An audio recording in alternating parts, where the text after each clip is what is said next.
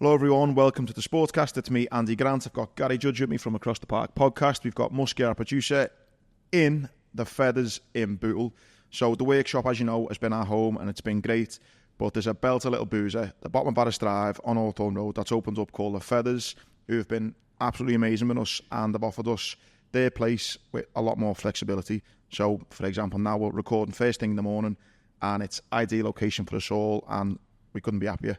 So massive thanks to the lads at the Feathers and Hayley for sorting this out. And again, massive thanks to the workshop who've been so accommodating in letting us record there the last few months.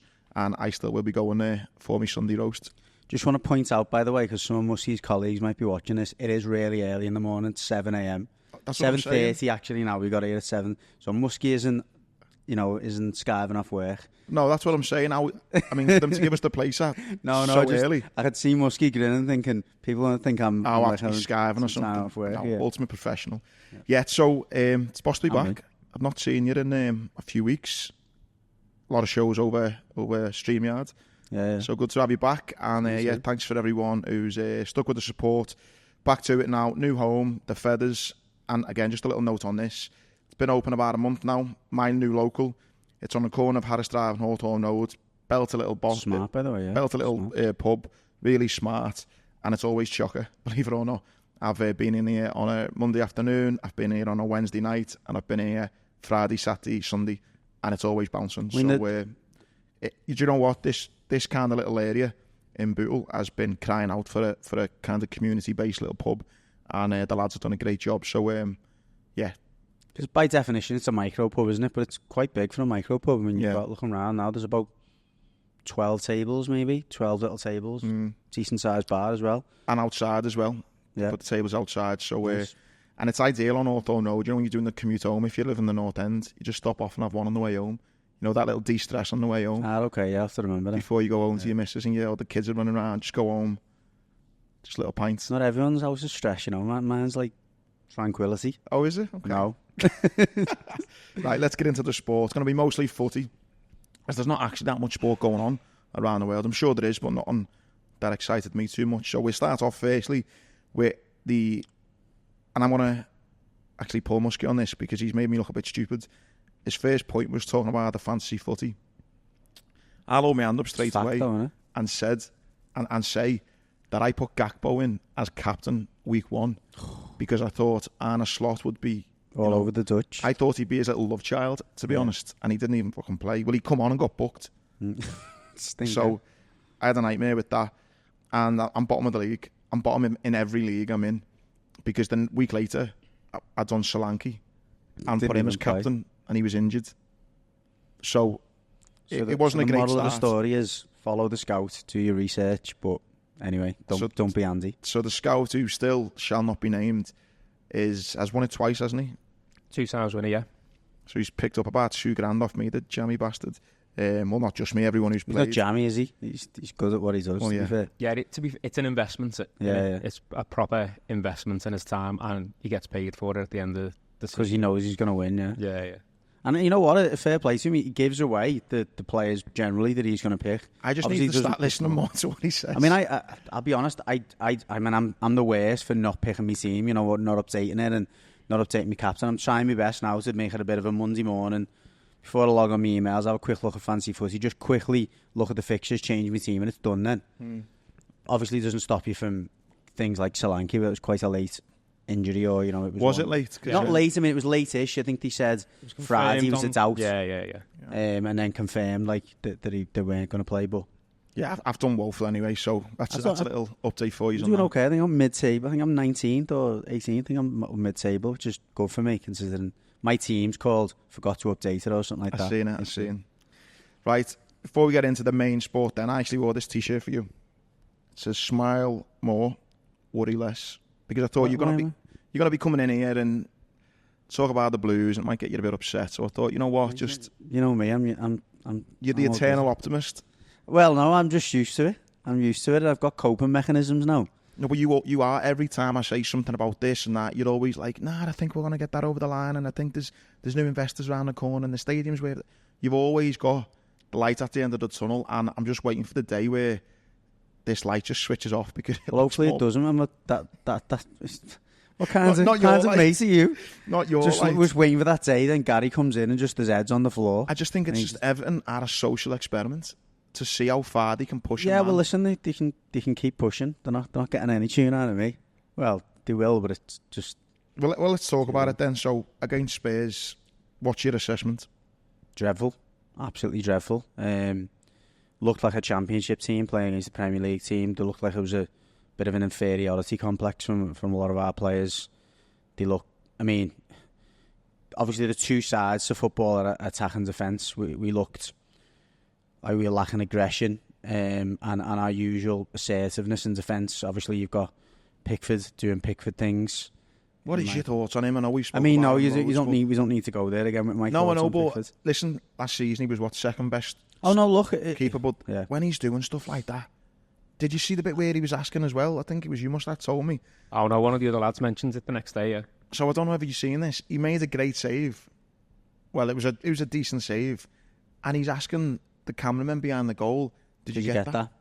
Yeah, you know what. The first thing I'm going to say is the mistake is a mistake. Now, if you look at it, you analyse it. He took the ball onto his left foot like he usually does. Son's read it.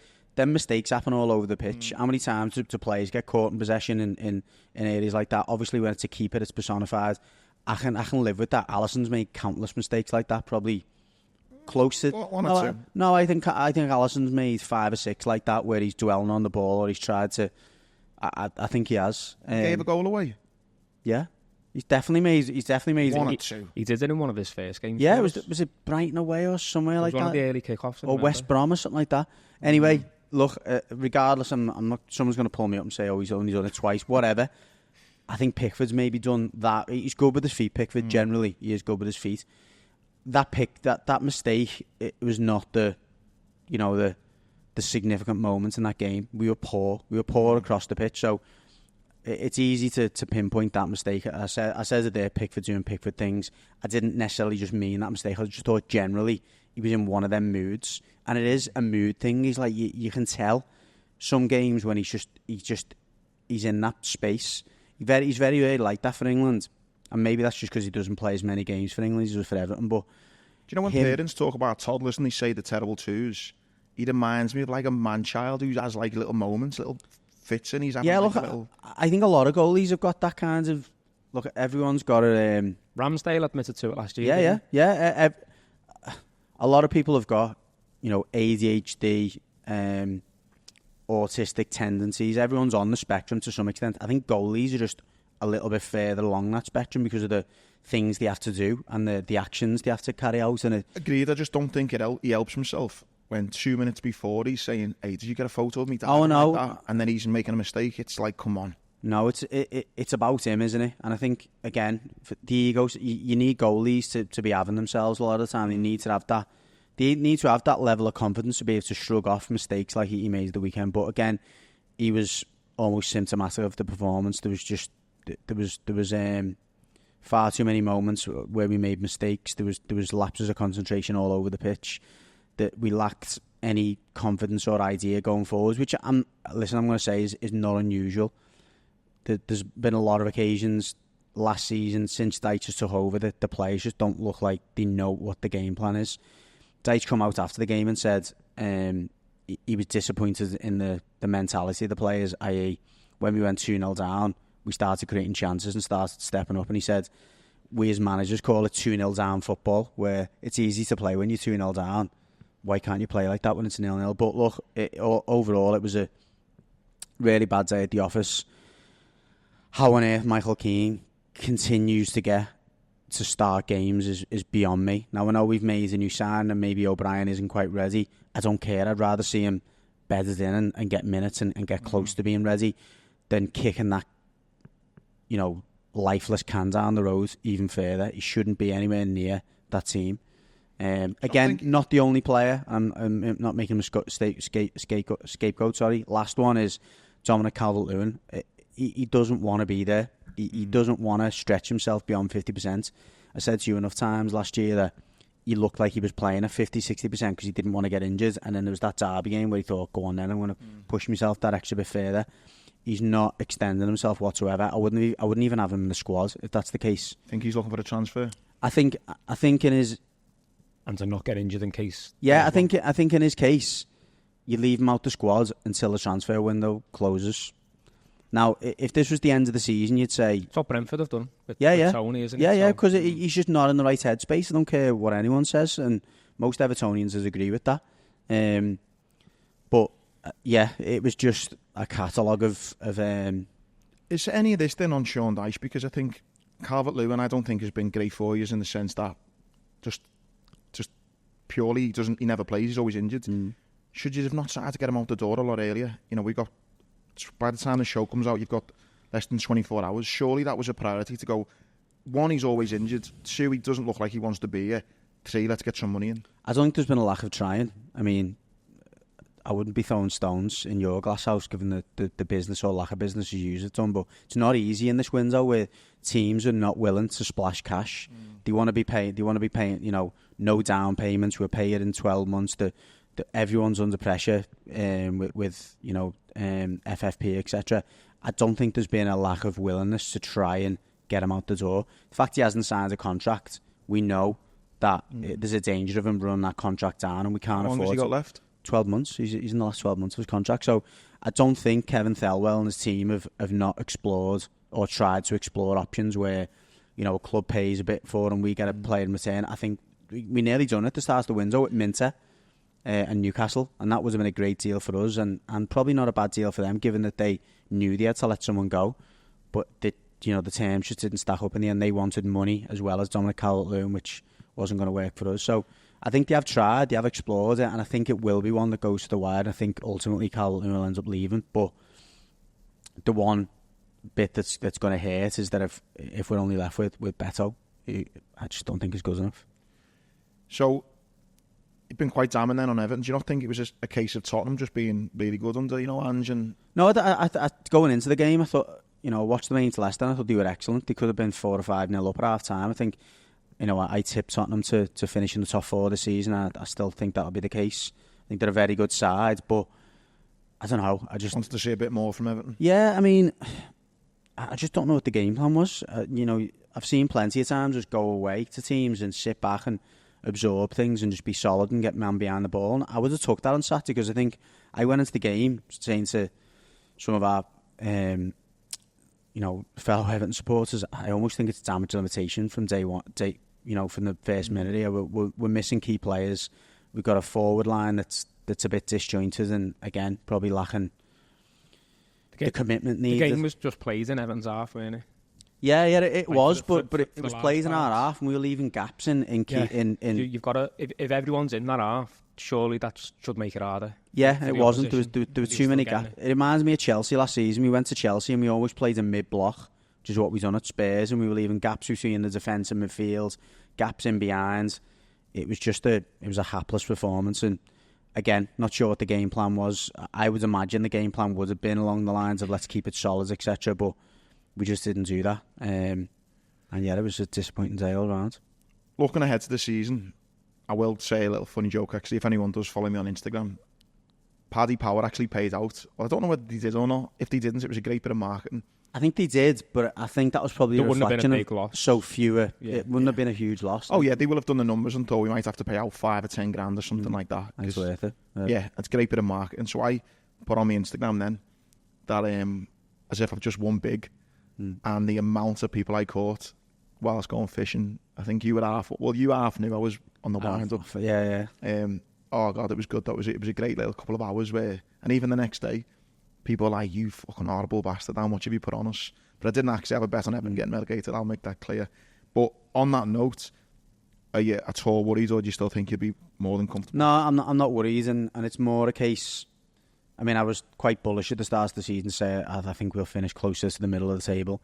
I still think that's a distinct possibility, just as much because I look at the teams around us, or the other teams, particularly the promoters ones. I know they've done a little bit of late business, the likes of Ipswich, but I just think there's a lot of teams there with managers and with players who ultimately I don't think have got enough experience to last the course and to finish above us. Do you know what I think though? Yeah, I think you're right in the sense that experience is needed, and a lot of young managers, etc. Teams first time in the Prem or or not been in the Prem for a long time. I think the thing with Everton, though, will be, I think we had this conversation mid to the end of last season. Because of the way you play and the lack of attacking options, which could become even worse if Calvert-Lewin goes, it's almost a case of our best option is either a 1-0 win or we'll get a point 0-0. Because if you go behind at any point, it's almost impossible for you to score 2 goals. And that's what I think is you're either going to win a game 1-0, you'll draw 0-0, or you'll get beat. Because you're never going to score more than... Well, what I mean is by this, I don't think you'll see many games where Everton are drawing 2-2 or they're winning 2-0 or 2-1. Any Everton victories this season will just be 1-0. I couldn't disagree with you at this moment in time. I do disagree with you to some extent, and I think we have got a few more options that will become better as the season goes along. I mean, Jesper Lindstrom is a good player. He's still settling in. I think he'll be a good asset, not only from set pieces, but he looks like he's a player who's creative, who can contribute with goals, and he's shown he can do in the past and the other teams he's played for. Iliman Ndiaye, I think, is a good player who will get you goals as well. So I think we will get goals from other players other than the forwards. I think the sign of O'Brien, even though it's a centre back, and thinking that what are you talking about? Sean Dyche has got a history in it, and even as early as last season, of getting up to 10 goals from his 2 centre backs just by getting them in the right places and getting good deliveries into the area. So I don't disagree with it. A lot of our victories will rely on clean sheets, but if we can keep Branthwaite and we can settle O'Brien in and maybe move into a back 5 in that instance and focus on our strengths, being look with a big side, we can dominate in that area of the pitch. We can dominate from set plays. You try and get the most out of Ndiaye, who I think it could be a top player at this level, not beyond like mid-table. But look, I think we'll be all right. I see enough in the squad. I think we've got a better squad than last season. It does depend on the situation with Calvert-Lewin. I admit that it could make us weaker from a forward perspective if we don't bring someone else in. But I think generally, with the sign of Mangala, which is probably coming in the next 24 hours, I think we're a stronger squad than last season. Who have you got at the weekend? Bournemouth. That's at home, isn't it? I think it's already a game where you're thinking this could be set the tone a little bit for either team. So what I've just said there is I think the victories will be 1-0. I think this will be a big test for it. If you're at home to Bournemouth and you can't score more than 1, I think that's going to be kind of damning for you. Listen, you might prove me wrong. You might get one on the set piece and, Beto might score, whoever, and you might get 2 or 3, which great for you. But I think this will be kind of quite damning if it's just a 1-0 victory. Even though you think, great, it's 3 points, I just think it kind of sets the stall out to, listen, if you're only beating Bournemouth at home 1-0, that's going to be the way your season's going to go. Just little 1-0 victories, and pray to God Pickford keeps you a clean sheet. It'll be really interesting this weekend, because I think Bournemouth are in a similar place to us in that the players are quite accustomed to the manager's style of play now, but they're lacking quality. They brought Evan Nielsen in, who's a good forward, certainly better than Beto. So that could be the difference, unfortunately. I hope it's not, but it could be the difference. But it's 2 teams that are well drilled in the way that their manager wants them to play, and I think it could tell us a lot about how the season might go. We've got a few of our key players back in, as in we've got able-bodied full-backs in there. Garner's come back. Branthwaite's not far off, so we won't be far off full strength, to be fair. So obviously the Calvert-Lewin situation will be what it is. So the window actually close on Friday night. Yeah. So look, one way or the other, that situation's going to be settled. If he's still an Everton player, he starts on Saturday and we take the hit. I mean, going back to my point around, we can't afford to let him run his contract down. If you give me the option of Calvert-Lewin stays, runs his contract down and scores 12, 13, 14 goals, or we let him go for 20 million. Yeah, lose him on 3, or we let him go for 20 million. I'd rather him stay and score the goals. They're worth more. No, I agree. I'd say the same. You did have a bit of, you did have something to smile about midweek. Did you go to the game? Did you see it? What you make of it? Taking anything from it? Yeah, I mean, you take a few goals from it. I think some of the forward players who come in, like I mentioned, Lindstrom had a decent game, and Ndiaye was excellent, just everywhere. McNeil looked confident. You'd expect those forward players to excel against a League One team. But I thought it was a good run out for some of them. Again, we brought Coleman back in. He come back from injury. Garner was in there. It was nice. It was nice for the players, I think, to just get some goals. Hopefully, nice for the fans as well, though. Yeah, like just a little bit of a midweek boost, and maybe the next time they're going to Goodison, it's not thinking about the Spurs game, but thinking about the Doncaster game. Maybe spot instead. on. Yeah, there'll be a lot of fans who they'll go into the game at the weekends. Again, their last memory being us scoring 3 goals, bit of confidence. The players looking happy again. Fans looking happy again. I don't know if you've seen the video that went viral. Fans at Euston. Yeah. And I did just think, obviously, I did laugh being a Liverpool fan, but then I did think, 2 games in and it's already that vile anger. You think, you don't really need that, do you? Just 2 games in. No, it was it was unsavoury, and I think the players would have had a bit of a meeting on the Monday morning about it. And Sean Dyche, in fairness to him, has been quite vocal about the fact that he's disappointed at times in the way that the fans react, and it's kind of, look, we're either heroes or we're zeros type thing. And look, it's a reflection, as I've said a number of times. It's an accumulation of frustration of a number of years. It's not just that group of players, but they're getting the brunt of it, though. That's the problem. Yeah, they are getting the brunt of it. But I think the manager, in a way, should be grateful, because there's been times over the last few years, certainly, that the manager has been the one that the fans are targeted. I think the fans are appreciating that actually the manager's maybe trying his best and he's working with what he's got. But there's a few players who let themselves down and let the team down. But yeah, I agree. It's not.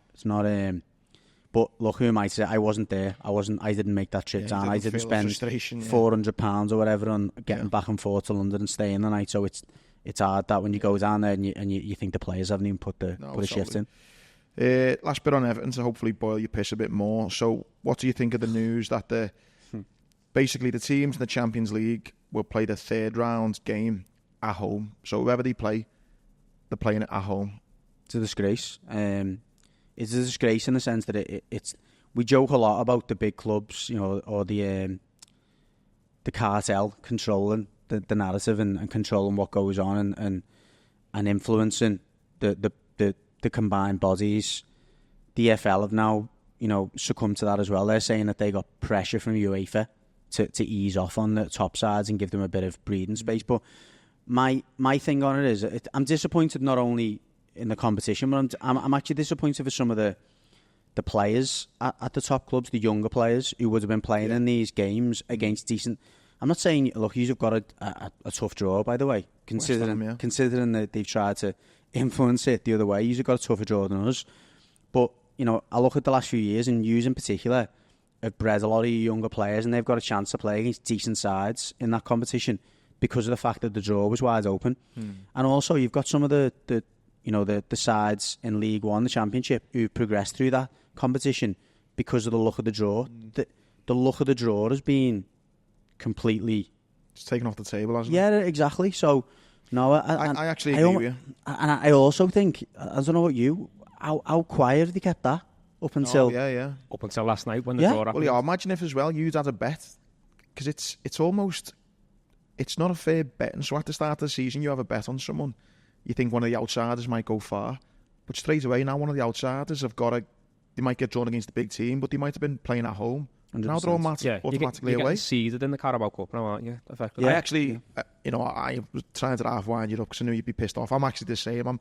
I'm disappointed because we had a great year, didn't we? Watching Liverpool's youngsters go all the way to the final and beat Chelsea, and it was great to see so many young lads, really make the mark on the team.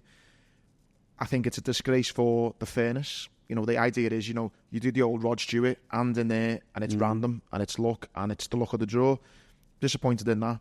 The only thing I will say is, do you remember years ago, and it sometimes happens, I think, in Spain, you've had times in the past where Liverpool or Man City have gone really deep into the Champions League, and it's a bit like, come on, we won't forget this whole kind of English, not Scouse, not English thing. In general, I don't feel like this, and I don't think you do, but I think in general, the country wants English teams to do well. I'm of the opinion if Liverpool aren't in the Champions League, I'd rather Barca win it all, Milan or something. But I think I'm in the minority. I think most people in England would want an English team to win the Champions League. So that being said, I think in the past people have moaned that the Premier League or the FA or whoever haven't helped. For example, they're playing a Wednesday night Champions League away, and then an 12:30 kick-off on a Saturday, and then a Carabao Cup on a Tuesday. How does that help, though? Well, I don't get how that helps. No, because in Spain, when Real Madrid have been kind of going to the World Club Championships, then the Champions League. But all I know what you're saying, but how does that help? You're still playing a game, aren't you? Yeah, but La Liga have been more accommodating in changing days and doing. Yeah, but you're still playing a game. It's not. This isn't the schedule, and this is just influencing who you're playing and the chances of you winning the game. Playing, though, but what I'm saying is, though, La Liga in the past have changed Real Madrid's games to make it easier for them. And all the FA or the league, whoever it is that are doing it, are making them at home. So, for example, if Liverpool come back from a Champions League away trip in Russia, and then they get back, or not in Russia, they can't play there no more, I don't know, as far away as possible on the Wednesday night, and then they've got a Champions League, Premier League game, and then on the Tuesday they were due to fly down to Southampton. At least now they're at home to Southampton. But again, I agree with you, but what I'm saying is it's happened in other countries in the past where countries have helped out their own teams in order so they look better at the end of the season because they've won the most honours. Just do it with the league games and postpone a league fixture then, because that's what this week going into the qualifying rounds for Europa League, Europa Conference League, the likes of Turkey and whatever have said to Besiktas, you're not playing this weekend because you need to get through. That's what I mean. Do it that way. This is scheduling is different to to influence all competition. It's similar though in the sense that you're saying, look, you can still draw at anyone. They're trying to help, but to the detriment of the other clubs that are in the draw. So detriment of the integrity of the competition, no, more than anything else. And I honestly, I can see where they're coming from a little bit. Do you think the clubs are happy with this? As in the top clubs, the clubs who've obviously they will be, won't they? Because will again, all right, maybe the clubs listen. There would have been some consultation with the CEOs, the equivalents, directors of football, whoever. There would have been that consultation. We spoke about this last year. But people who think that the TV, the broadcasters, don't get sign-off from the clubs before they schedule these kick-offs, you're mad. Because the clubs gain from that and they have a choice. So all the people who moan about Liverpool's early kick-offs, Liverpool's have signed off on that because they get paid more money for it. The same with this, they'll have signed off on it. I don't think the likes of Arne Slot will be over the moon about it. I think he'd be. I think he'd be more. I think he'd be more inclined to go. Look, my plan was to not leave the assistants in charge, but to have a team back here or a squad back here. That's what Klopp used to do. Yeah, he used to leave his and now games to someone else. And now I think it's almost like, well, but they still can.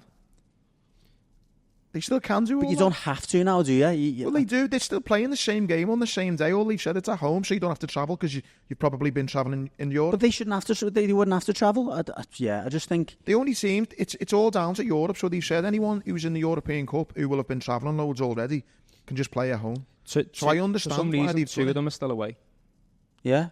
I don't know why, but looking at it here, two of them are still away. So yeah, it is four of them are at home, two of them away. But it's more about who they're playing. They're not playing each other. It's more, it's not.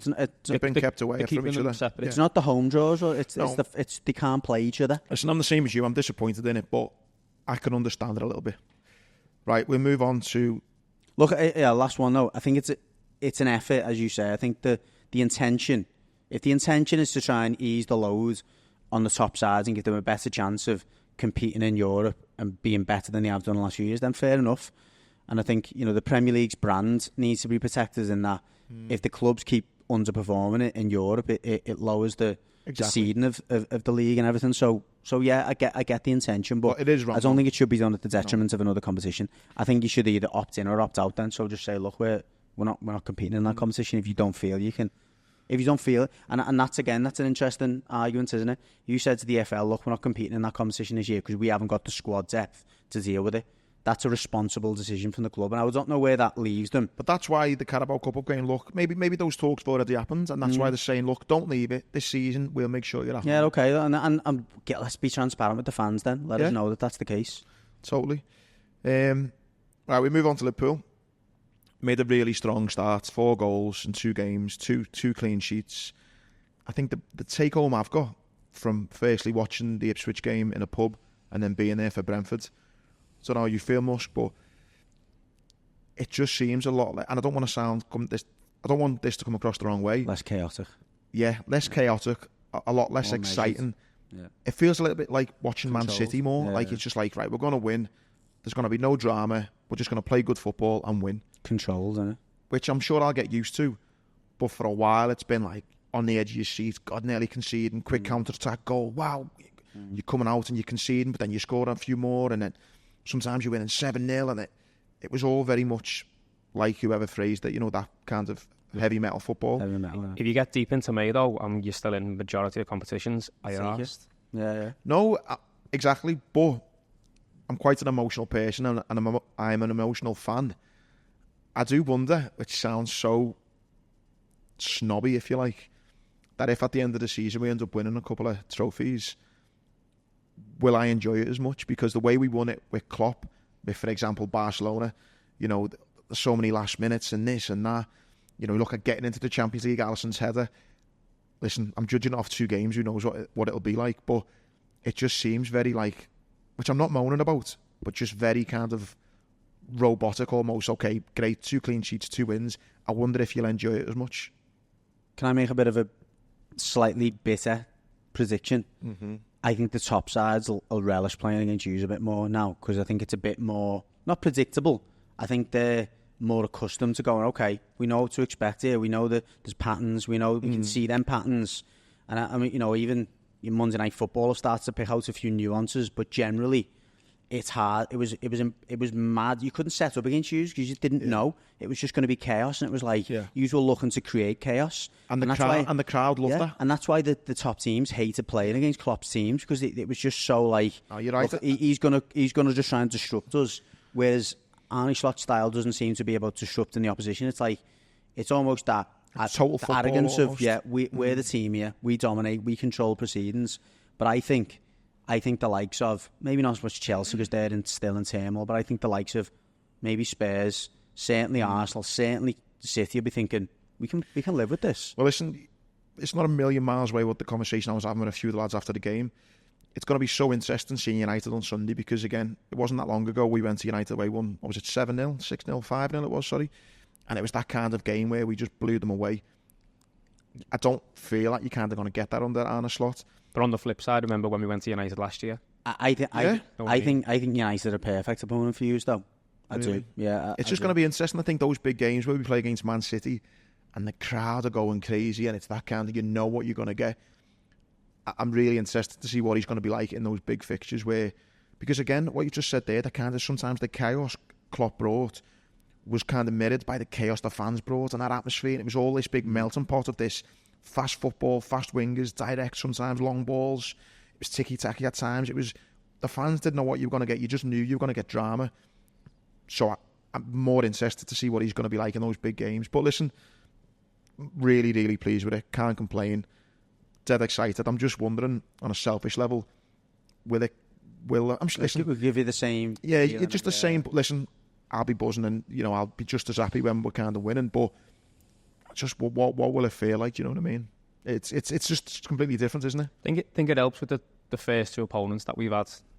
They're 2 good games for a new manager to come into. Yeah. The fact that he's backing himself as well by making a half-time substitution in his very first Premier League game.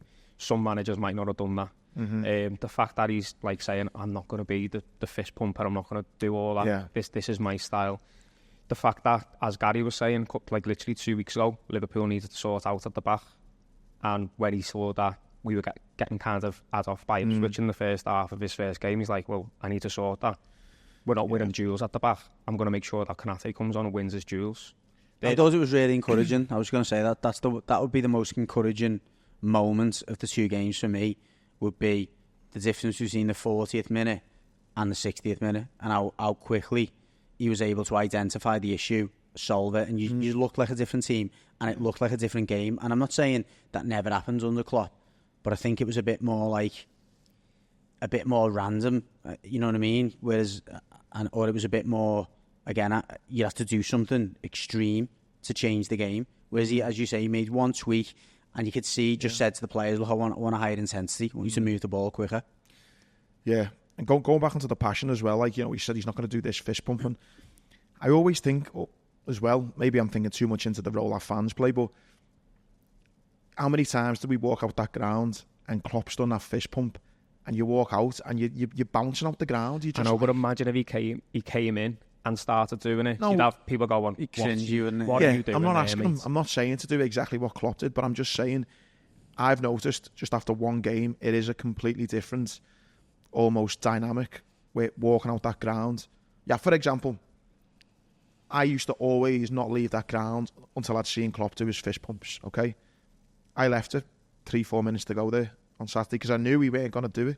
Now, it sounds so silly, doesn't it? But I was kind of bouncing off the ground. God, I want to run through a brick wall for this man. No wonder Klopp's had to retire. He was exhausted, like G'ing up 55,000 fans every week. Klopp wouldn't have done it for that game.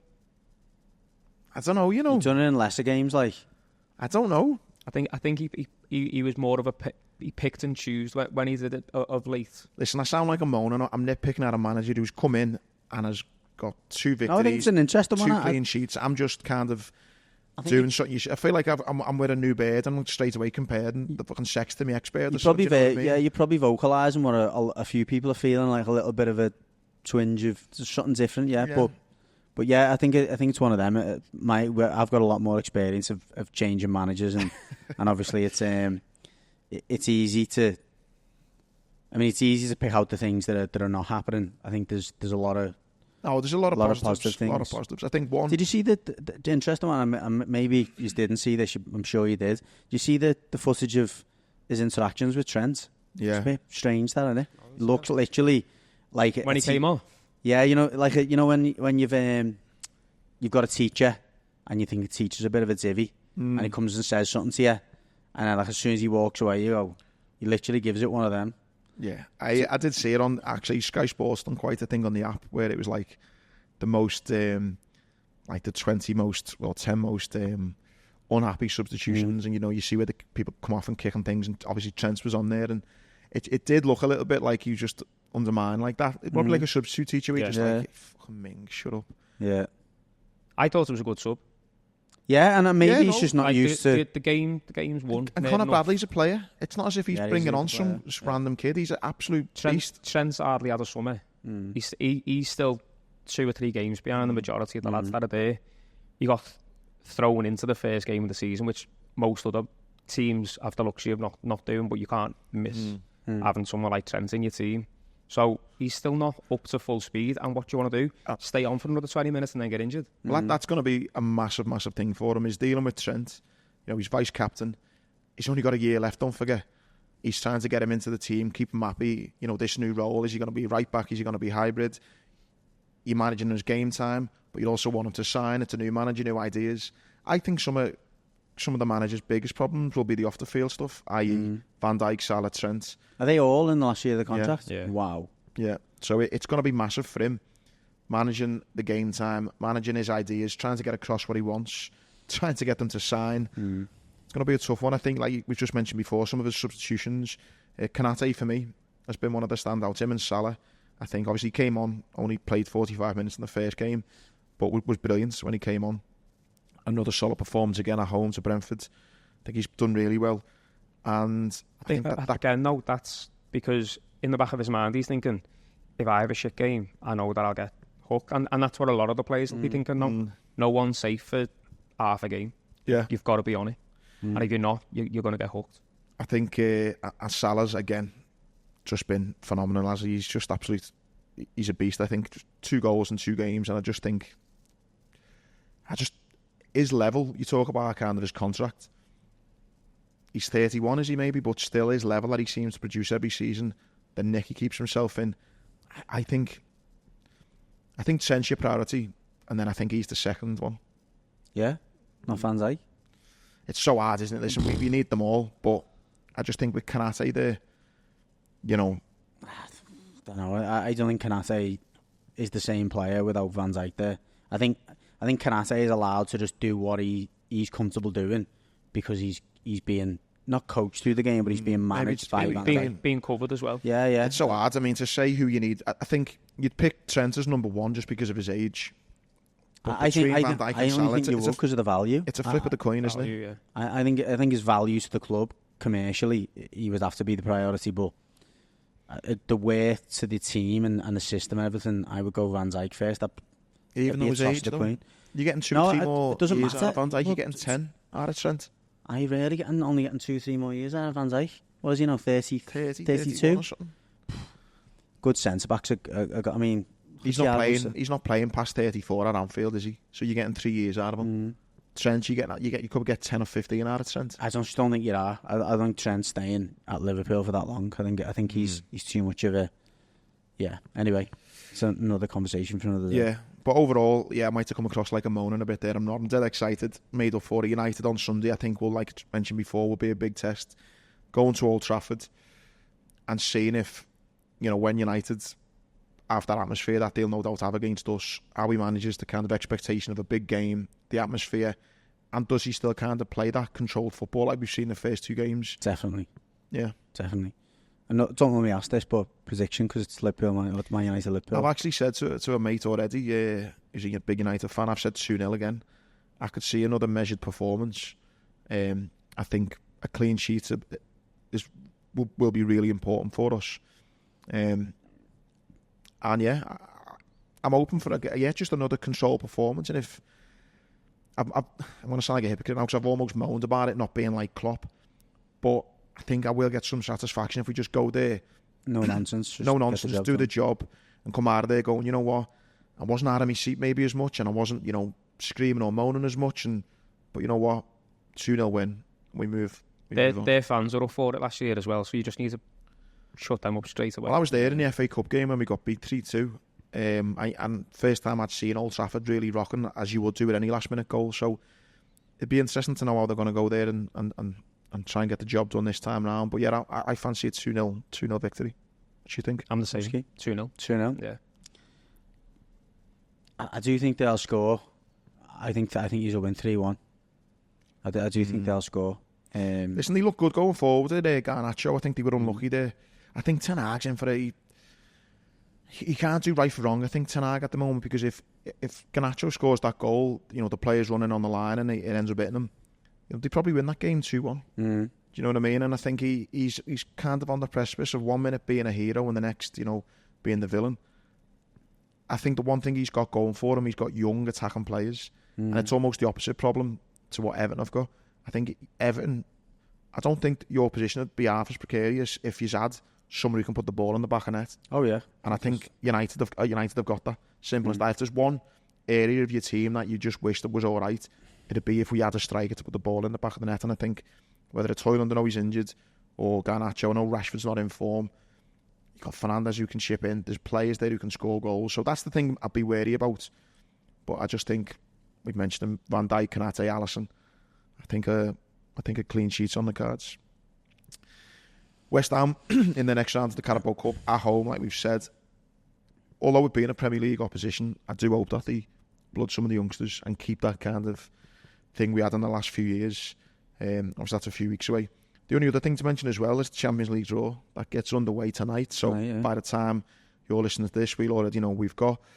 Have you looked into much there? It's mad, isn't it? It is mad. So you're getting drew against the teams you're going to play against, but it's all in one league, isn't it? Yeah, so there's going to be 4 pots. So you'll play 2 teams out of pot. Liverpool are in pot 1, 2 teams out of pot 2, 2 teams out of pot 3, 2 teams out of pot 4, but you don't play the same team home and away.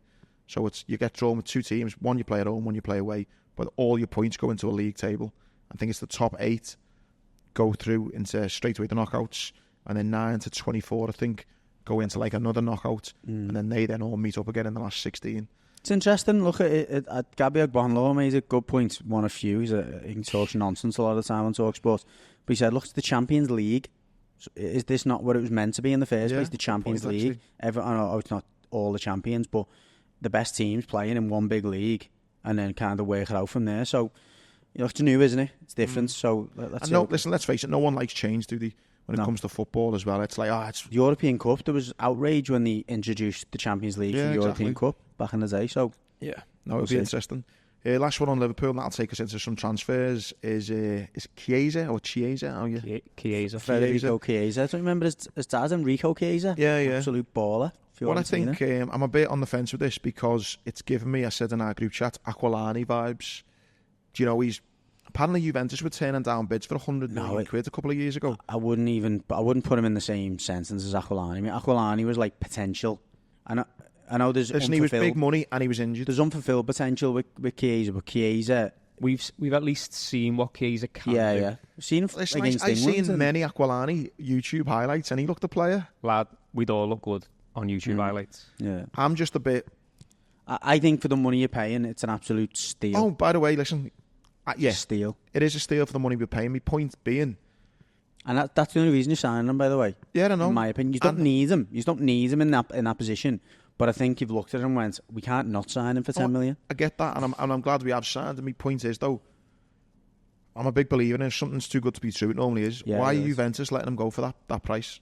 You know what it stinks of a little bit to me is the Tonali signing. I'm not saying he's got a gambling problem, but there's got to be something. There's got to be some reason why they're allowing an asset like that to go for 10 million. That's what I mean. That is my only reservation with it. But there's got to be something on us. Again, for 10 million, you're like, whatever. It's not the end of the world for users if it doesn't work out for 10 million quid. But if it does work out, I can't get my head around why they let him go. Because if they were turning down offers 2 years ago for 100 million and now they're letting him go for 10, there's something up there, isn't there? Listen, I hope I'm wrong and I hope he's a player. And for them, it's a little bit of a misfit in that system. You can't really find a place for Chiesa in that Juventus system. Particularly the way they're playing now. So there's a little bit of that. He's obviously he's had a long injury. He's had a fallout at the club. He didn't sign a new contract. There's loads of bits there where they need to just move on from it. And it could just be a fresh start type thing. Yeah. Do you know any Italian players who've done well for Liverpool? Let's say name 5 that have absolutely... you haven't had that many though, have you? No, we've had... Is it Docena? Yeah. Aquilani? Barini. Fabio Barini, yeah. Try and name 5 that have lit up the Prem. That have lit up the Prem in general? Zola and Vialli. Yeah. Would you say Balotelli? Not really. Nah. That's what I mean. I don't think there's that many Italians who've... Chelsea had most of them, didn't he? But why do we need to look to history to see whether this lad's going to be good or not? I know. I don't think the country he's from tells you whether he's going to... No, I'm not saying that. Generally, people from Serie A do struggle. I feel offended for me people, yeah. It's an interesting point, though, isn't it? Because you look at it and go, Italy, have won the Euros. How many teams have won the Champions League have come from Italy? Yet there aren't that many Italians that have come to Prem and absolutely bossed it. It's more players from Serie A. I don't think players generally from Serie A do that well. Why is that? And also it's the pace of the game, isn't it? There's a history that the Italian players, up until very recently, were always staying in Italy. Like they'd stay with the Italian clubs because they had a much better chance of getting into the international squad. If they went away, it was like, well, you're not playing for Italy. I want people to comment there, maybe make this real. Surely we're missing some Italians that have absolutely bossed it in the Prem, because I can't think of any others than Vialli and Zola. We had Materazzi but he was a bit mad. I'm trying to think that. Like for example, there's not been an unbelievable Casaraghi signs for Chelsea, and he was meant to be, but Casaraghi didn't. He got a bad injury, didn't he? I feel like West Ham maybe has a few, but again, nothing that was like.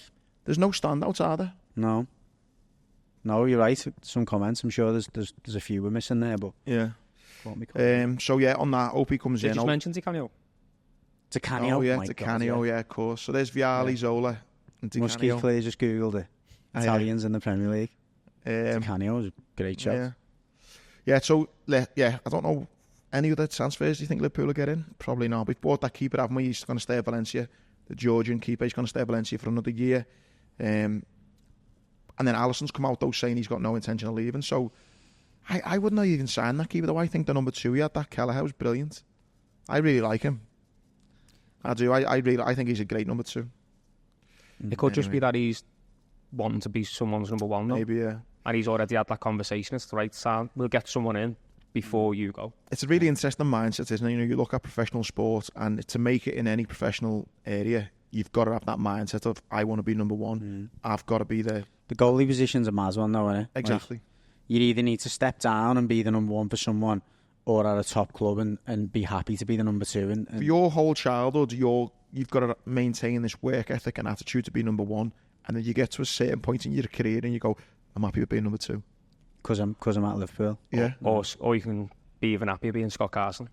Yeah. Oh, yeah. And Scott Carson though has a decent career before everyone. He's become a bit of a joke in the sense. Now, he's 40 now, isn't he? So mad story on Scott Carson. I got asked to do Man City's. It was James Milner's foundation. I got asked to do a motivational talk not a motivation. Like, I got asked to say a few words basically for the Man City squad, and ended up chatting to Joe Hart and Scott Carson. Must have been like the goalkeepers reunion at the bar. I got chatting to them both. Got Scott Carson's number and was like pally with him for a couple of years, and he used to send me loads of kit.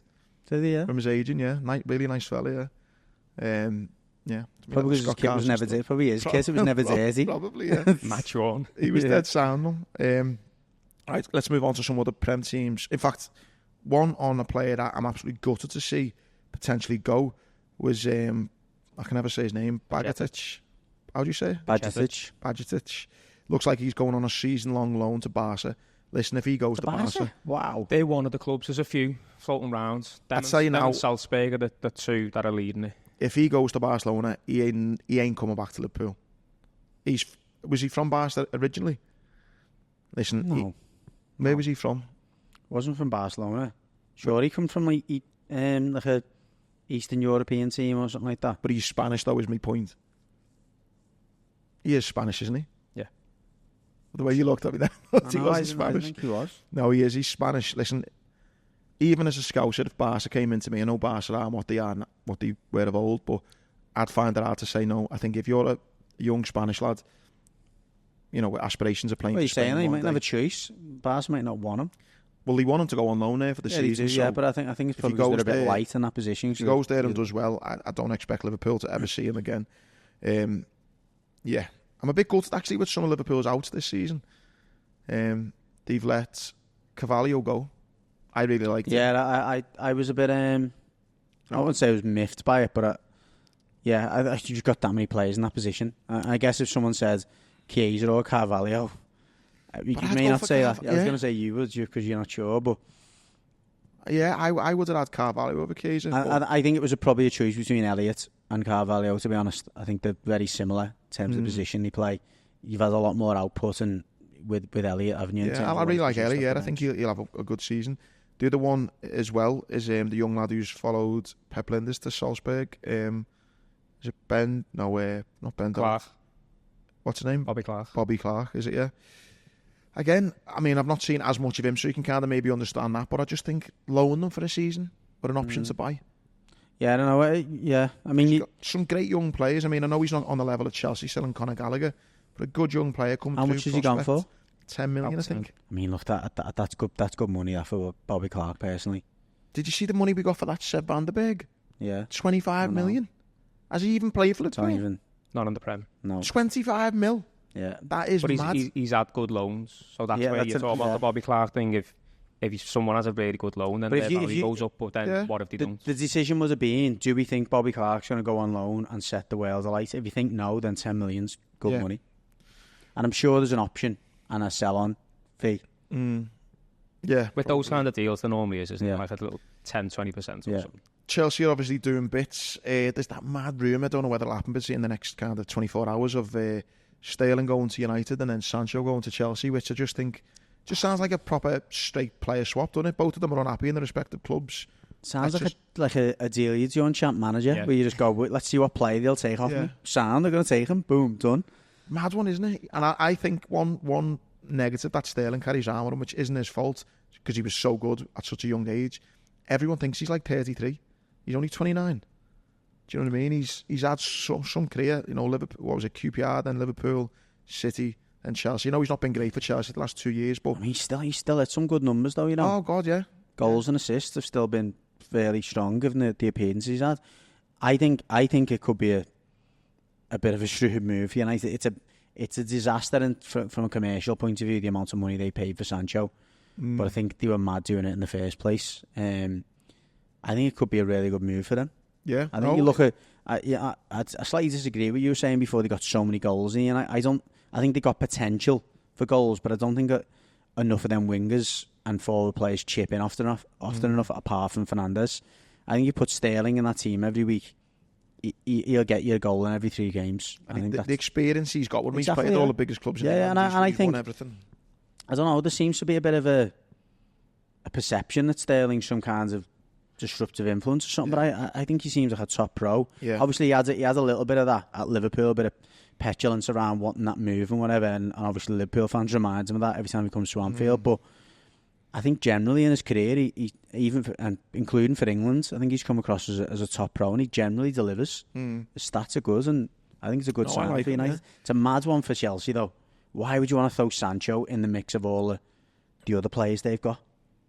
It doesn't make sense to me. You hear the stories already about his behaviour and stuff, and turning up late, and his petulance, and you've obviously got enough players to worry about. Why would you want that? It's definitely not one I think Maresca would be calling out for, apart from the fact that Maresca hinted that Sterling isn't his kind of winger.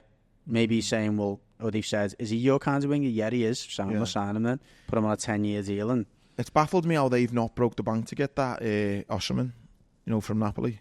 Visit Victor Osimhen. I thought that his wages are meant to be astronomical. Yeah, I think it's the new wage structure of the deal Chelsea, that they just can't. It'd be so disappointing though if he goes to Saudi, because he ripped up Serie A. I don't think he will. He's already said, hasn't he? Not the money, he won't. Well, he'd said he won't go there, but he said he'd prefer not to. Yeah, but it's then he's waiting. Go on, twisting my arm or an extra $5 million a week. Go on then. There could be that, but it's more. He's letting other teams know I'm available. It's the Tony thing. It's a bit like Ivan Toney, isn't it? You're going to stump up the money for it. Like Ivan Toney, isn't it? And Simon Jordan made a good point yesterday on TalkSport. And he said, in the case of Ivan Toney, it might be with Osimhen. You can blame the agents or whatever, but if Ivan Toney's saying, I want the money, then the agent's done the job. And he's got the right clubs involved. So it depends what Osimhen's ambition is, and we've talked about that before. Is it legacy or is it wealth? Yeah. Both those players are being attracted by the same club as well. Yeah. Do you know Ivan Toney as well? We come out and he looked really disappointed that he's kind of been hung out to dry, when the betting charges come out. He is a player, though, where I look at, and I think has the kind of light gone out a little bit in the sense that the love of football. He's at an age now where he's kind of broke into the England team a little bit later than maybe he thinks he should have. Then he didn't get his opportunity to go and represent a bit beforehand and all that kind of stuff. Is he at a point where he's like, fuck it, just give me the money. I'm just going to make as much money out of this as I can in my last couple of years? Because he hasn't got maybe his big move to Arsenal that he wanted. He's not been able to shine for England as much as he wanted. He's now at a point where I think... If you'd asked me to guess, I'd say yeah. Yeah, fuck it, I'm just going to Saudi. I think And I wouldn't blame him, by the way. I think he's always been like that, if I'm honest. I don't know that personally, but I feel like he's always been that type of player. Even going back to when he was at Newcastle and thought he was having himself that much in Newcastle, went, go on then, go somewhere else. I think he went to Peterborough or something, didn't he? The only time that he's disrespected Brentford while he's been there. Saying, like, I'm basically stepping stone here, and as soon as someone comes in, the thing is, no one has you. No. I think players, though, I think players can, I see in the overlap where Ian Wright talks about someone coming for him, and he was due to get, I think it was 10 or 15% of the fee, and for the deal to go through for him to go to Arsenal from Palace, the chairman come in and said, look, if you want this deal to happen, you need to waive your 10%. It's about 300 grand or something it was. I think if that happens to players, which it must do on the regular, and they start feeling a little bit like cattle, they're getting bought and sold and their feelings aren't taken into account.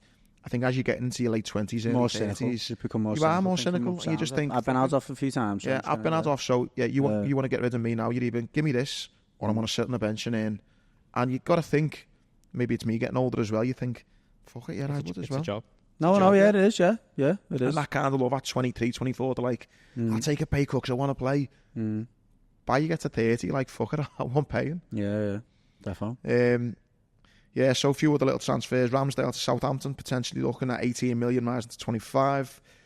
Raya, he's clear now, isn't he? Number one, he had a belter game. He was great last weekend. Yeah, he was class, wasn't he? And I look again, it's another huge, if you like, feather in Arteta's cap in it, because he was getting a hell of a lot of stick for that bold decision. Move, wasn't it? Yeah, it was a bold move, and looks like it's been vindicated now. Yeah, they're the little extra 1% and 2%. Yeah, when you're up there, that you need to get it. Pickpockets year on year. Well, yeah, it's the pickpocket thing as well. Like, Napoli double sweep. So it looks like McTominay's going there, and Lukaku. Lukaku's had a mad career, hasn't he? Muskie's done a great little stat here. Lukaku is the second most expensive player ever. 9 transfers, though, innit? Yeah, 9 transfers. Cumulatively, yeah. 9 transfers and 374 million quid. You look at the top 10, and I looked at it before. There's only really Neymar and Mbappe where you go, they are top players. The rest of them are almost like, I wouldn't say journeymen because they are good players, but they're not like the kinds of... No, listen, if someone had said... Cristiano Ronaldo, sorry. If someone had said that Dembele has racked up 220 million in just 3 transfers, you'd be thinking, who the fuck's silly enough to pay that much money for him? If someone had said Morata had got 202 million... But again... 7 transfers, though. 7 transfers, it averages out maybe...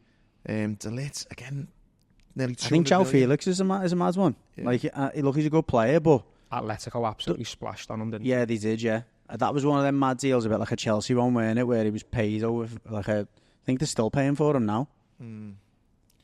Yeah, so a few little transfers, be interesting what happens over the next kind of day or two. And yeah, mate, what we'll move on to is, that was really sad. So we've known for a while, Sven Goran Eriksson passed away this week. What I thought was really interesting, and I suppose a little bit like life, maybe, or the media, is I remember seeing the times where he was he's known as a bit of a boy, wasn't he? I think it's probably safe to say. Rico Johnson. And, he was on the back pages, obviously, with his successes on the field, but more than often than not, he was on the front pages.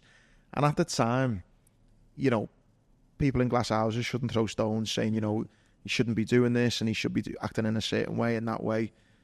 Rightly or wrongly, whatever, people have their opinion. Once he dies, everyone comes out, why, what a guy. A fella who lived his life to the full. He really realised he had one life and he lived it. Good on him. You think, fucking hell, that exact same story brought a completely different response when he was alive. But now that he's passed away, everyone's like, hey, bit of a boy, wasn't he? Hey, what a guy. And it just shows you in life, people judge, but I'd try not to judge anyone. I think, listen, he's had a life, lived it to the fullest.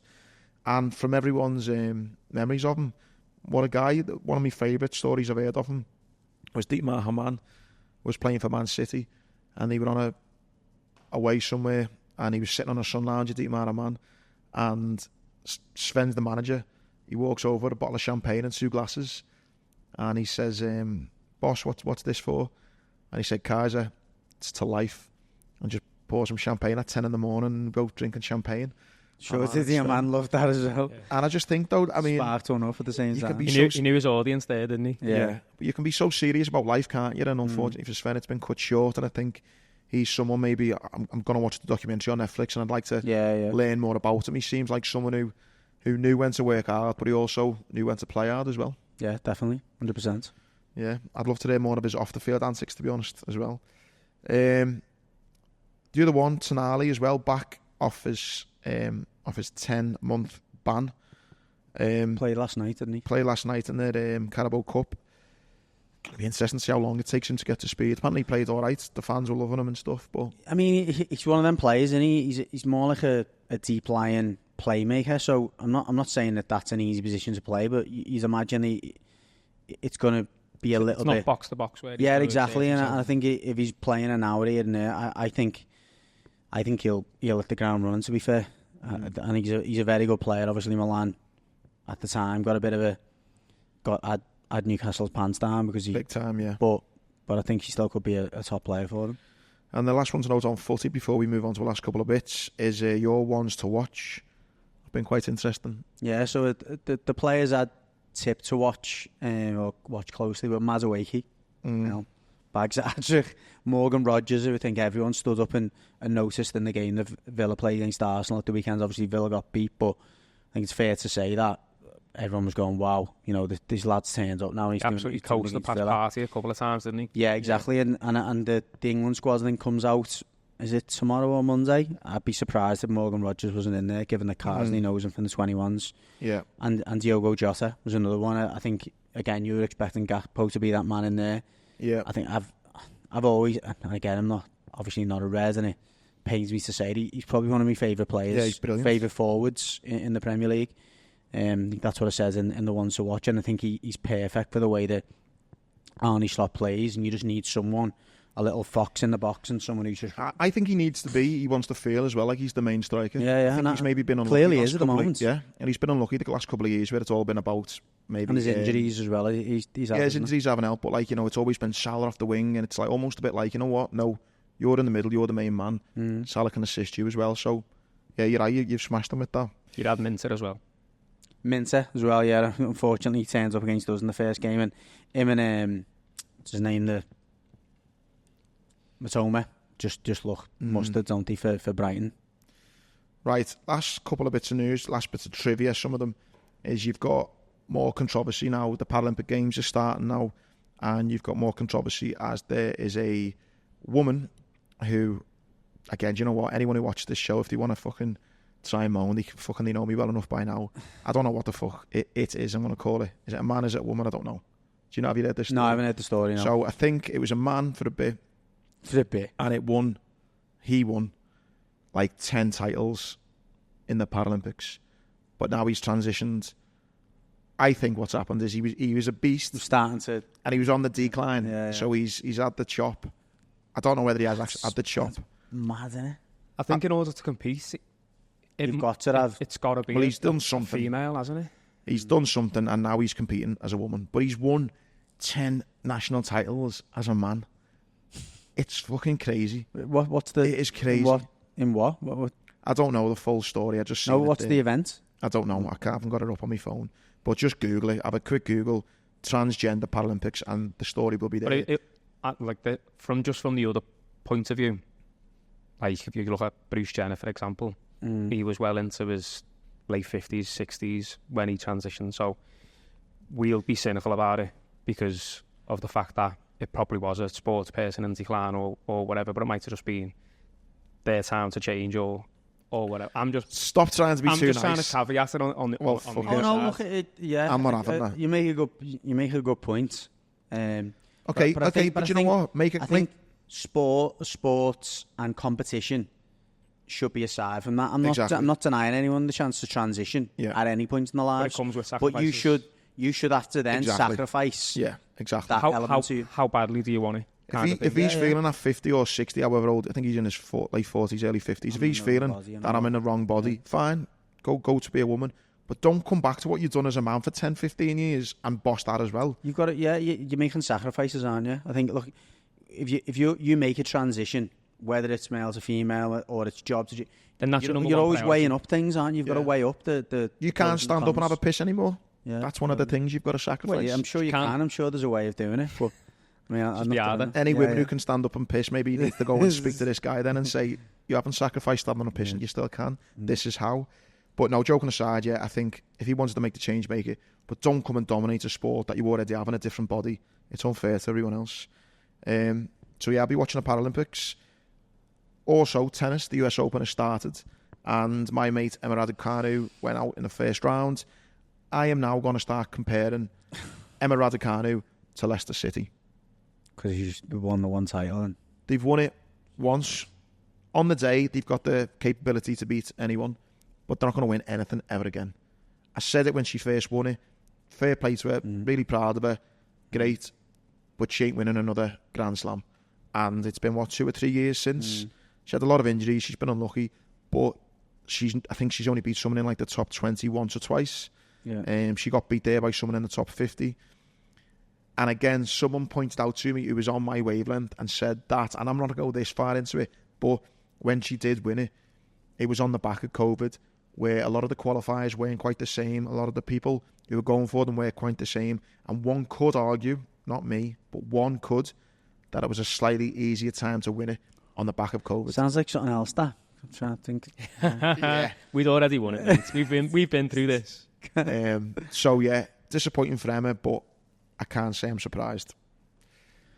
And on that rather sour note for Emma, I think that's us. Yeah. The US Open's on. Like I say, that'll be good to watch. Novak got through a scare, but he's going to be in it, so that's someone to have a look at over the weekend and this week. And yeah, it's good to be back, mate. Yeah, definitely. Good to be back. So again, massive thanks to the Feathers Pub, bottom of Barrister Drive on Hawthorne Road. Come and check in over at the weekend. It's brilliant. The match will be on Sunday. Always chocolate, like you say, whenever you pop down. And support a local new business. Again, this area in particular has been crying out for a boozer, and the lads have done a smashing job. So yeah, come down and see the Feathers, and we'll see you here next week.